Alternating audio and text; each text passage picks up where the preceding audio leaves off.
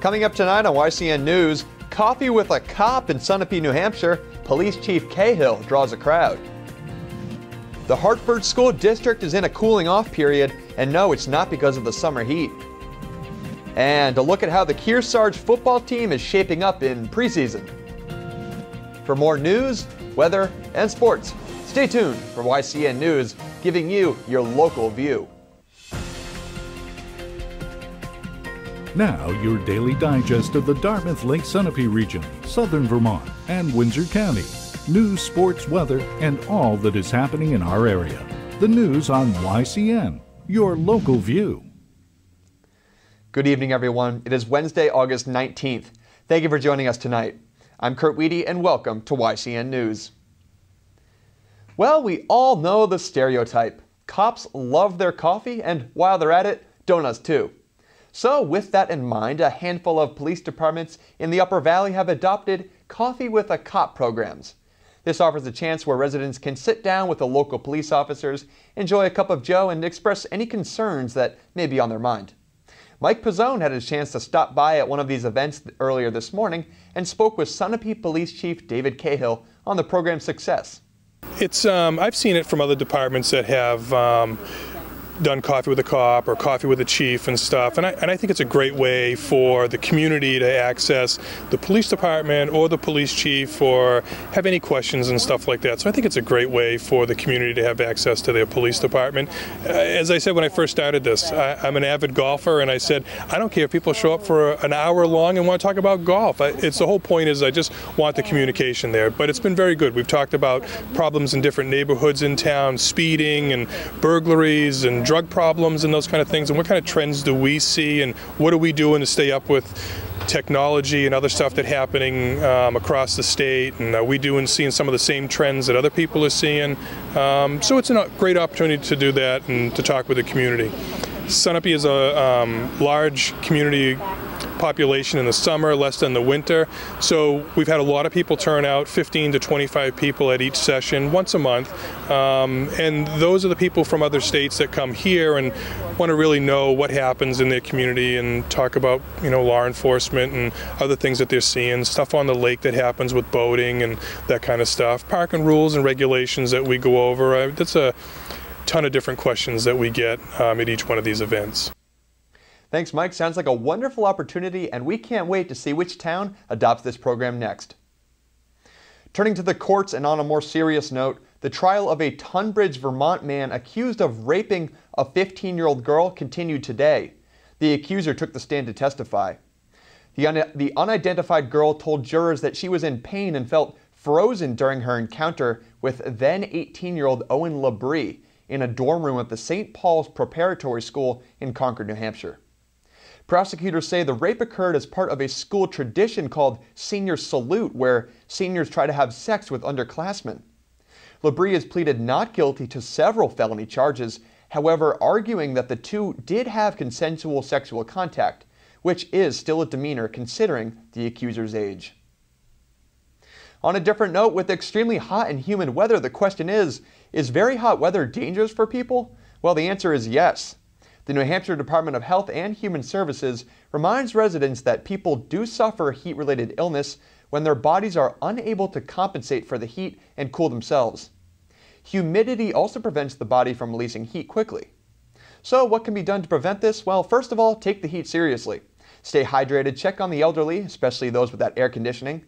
Avoid working outside in the heat of day, and never leave children or pets in vehicles. For a heat fact sheet, go to dhhs.nh.gov.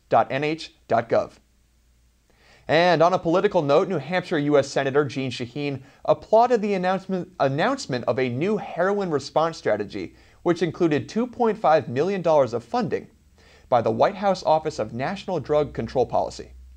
Now, this strategy will create a public health and safety network across 15 states, including, of course, New Hampshire, that will increase intelligence sharing, develop a training and education curriculum, and improve resources to treat overdoses.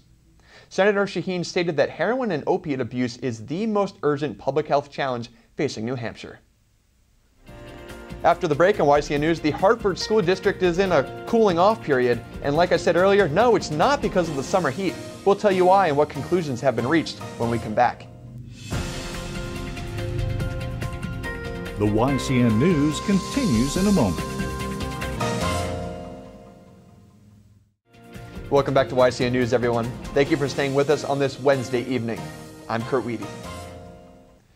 On an educational note, the Newport School District has reopened their search for a director of the Newport school buses. SAU number 43 Superintendent Cindy Gallagher said on Tuesday that Chad Howe had resigned on Monday. Now, Howe was hired in early March to replace veteran driver and bus manager Diane Callum. WNTK Radio reports that Howe received criticism in public meetings from bus drivers for not having a CDL license and for not having bus driving experience. Howe was absent from last week's school bus drivers' public hearing, where drivers expressed concerns about communications, respect, and paying tribute to Callum. At the bus drivers' meeting on Monday, Arnold Howard was named interim bus director, and his term ending at the end of the school year. Now, sticking with school news, after several months of contract negotiations broke down over salary increases, the Hartford School Board and its support staff union are in a 30-day cooling-off period. That's according to Superintendent Tom DeBalsi. The Valley News reports mediation and the hiring of an independent fact finder failed to fully resolve the differences between the district and the union, the Hartford Education Association. School leaders say voters have forced the district to take a hard line on negotiations, while both the union says the district needs to pay its staff more over the next 3 years in order to match raises offered by other districts. Hartford's two other employee groups, being administrators and teachers, are renegotiating their contracts this year as well. The district's teachers, who also are represented by the Hartford Education Association, still are in discussions with the school board, while the administrators union already has agreed to a contract, according to DeBalsi. Easy Pass is marking 10 years on the New Hampshire Turnpike system. A decade after electronic tolling was introduced in the Granite State, the New Hampshire Department of Transportation is encouraging owners of the original transponders that it is likely time for a change.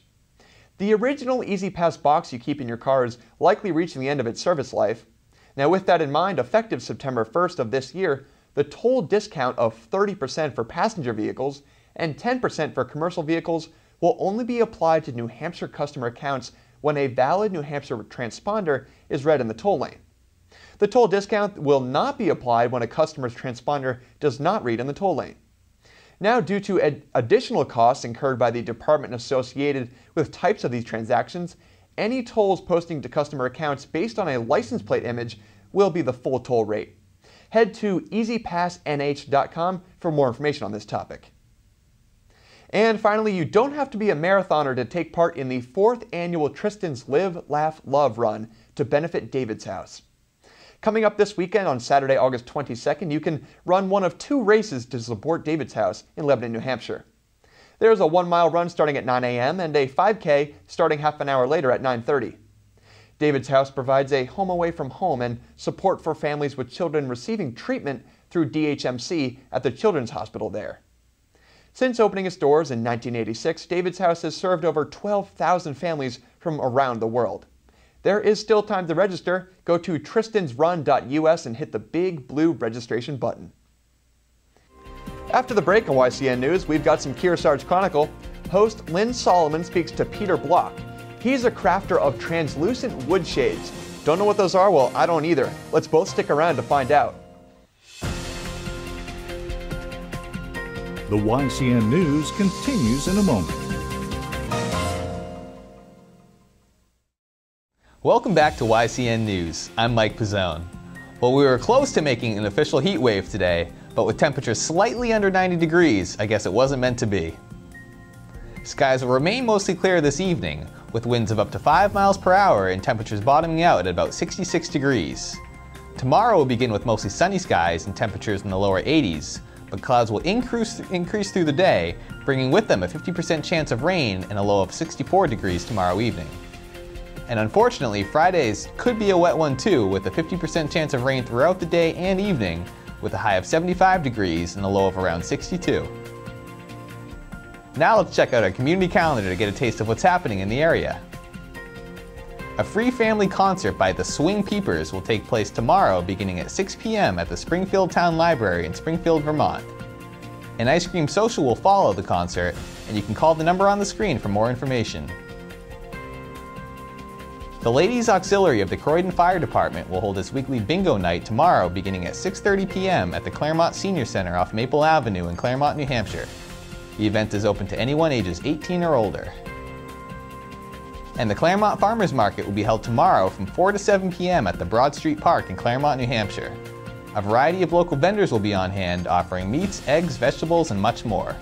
The market will be held rain or shine and also feature live music. While continuing our look at local high school football teams as they prepare for the upcoming season, I got the chance to visit Kearsarge Regional High School yesterday to see how things are panning out for Coach Zach Matthews and his Cougars.